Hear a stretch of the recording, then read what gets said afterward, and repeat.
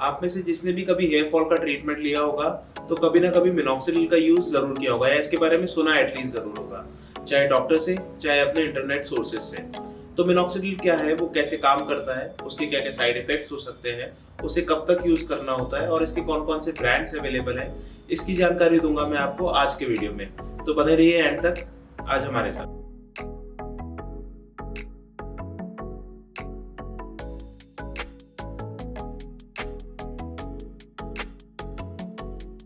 Minoxidil एक medicine है जो सबसे पहले उस जगह काम आती थी जब पेशेंट का बीपी ब्लड प्रेशर 200 से ऊपर क्रॉस कर जाता था।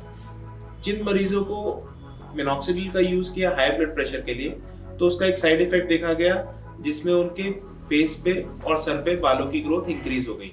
तो यहीं से शुरू हुआ एक ट्रायल जिसमें मिनॉक्सिडिल को एक टॉपिकल फॉर्म या लगाने की फॉर्म में बनाया गया और उन लोगों पे हेयर ग्रोथ का इम्प्रूवमेंट देखा गया और उसके बाद शुरुआत हुई मिनॉक्सिडिल टॉपिकल लोशन। तो मिनॉक्सिडिल हमें यूज कब करना है, अपनी राय से या अपनी इच्छा से इंटरनेट पे सर्च करके नहीं, हमेशा किसी क्वालिफाइड डर्मेटोलॉजिस्ट की राय से मिनॉक्सिडिल यूज करना चाहिए। जो यूएसएफडीए गाइडलाइंस है वो कहती है कि मेल्स को 5% या 2% मिनॉक्सिडिल लोशन दिन में 2 बार इस्तेमाल करना होता है, वहीं फीमेल्स को 2% लोशन दिन में 2 बार या 5% फोम फॉर्मुलेशन दिन में 1 बार इस्तेमाल करना रिकमेंड किया गया है।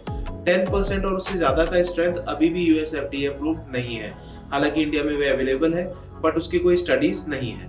और लेटेस्ट मार्केट में अभी कुछ मिनॉक्सिडिल के ऐसे ब्रांड्स आए हैं जिसमें लगाने वाला मिनॉक्सिडिल के साथ साथ लगाने वाली फॉर्म में फिनेस्ट्राइड भी अवेलेबल है।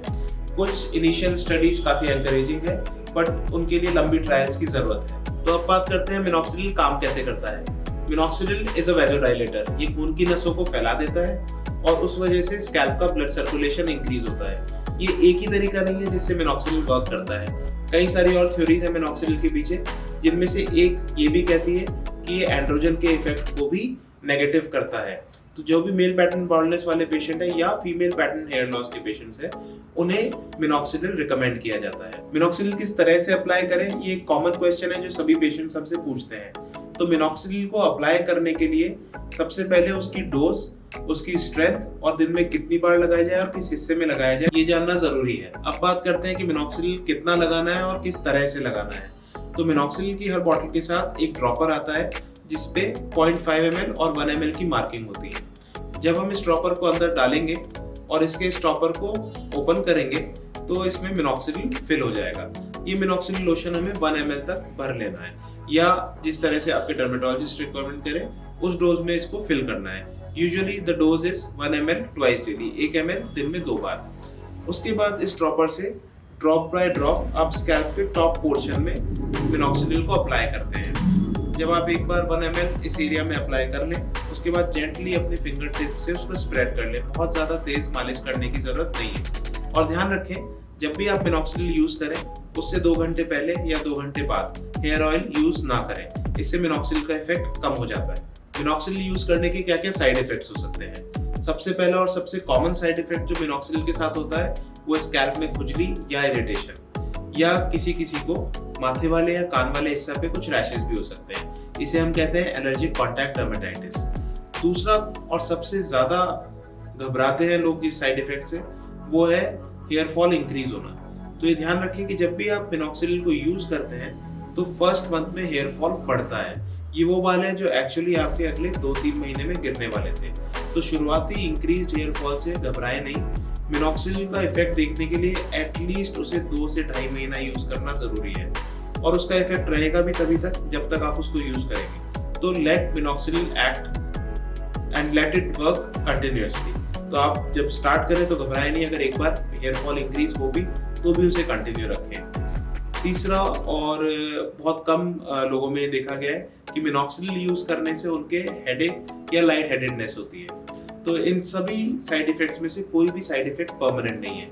अगर आपको उससे खुजली होती है तो आप उसे स्टॉप कर सकते हैं, अगर आपकी लाइट हेडेडनेस है तो भी उसे स्टॉप कर सकते हैं। बट अगर हेयर फॉल इंक्रीज हो रहा है तो उसे स्टॉप करने की जरूरत नहीं बल्कि उसे कंटिन्यू रखने की जरूरत है। और और कभी कभी कुछ पेशेंट्स में हाइपरट्राइकोसिस या फेस पे ज्यादा बाल आने के भी साइड इफेक्ट हो सकता है। ये साइड इफेक्ट भी रिवर्सिबल है। अगर हम मिनॉक्सिडिल को स्टॉप कर दें तो ये जो बाल मिनॉक्सिडिल की वजह से आए ये वापस से कम हो जाते हैं। इसमें किसी तरह के लेजर ट्रीटमेंट की यूजुअली रिक्वायरमेंट नहीं होती है। और एक सबसे कॉमन क्वेश्चंस जो पेशेंट्स हमसे पूछते हैं वो है कि मिनॉक्सिडिल यूज कब तक करना है। तो इसका सबसे सिंपल आंसर है, जब तक आपको बालों से प्यार है तब तक मिनॉक्सिडिल यूज करना है। एक बार अगर आप मिनॉक्सिडिल स्टार्ट करते हैं तो आपको हमेशा उसकी जरूरत पड़ेगी।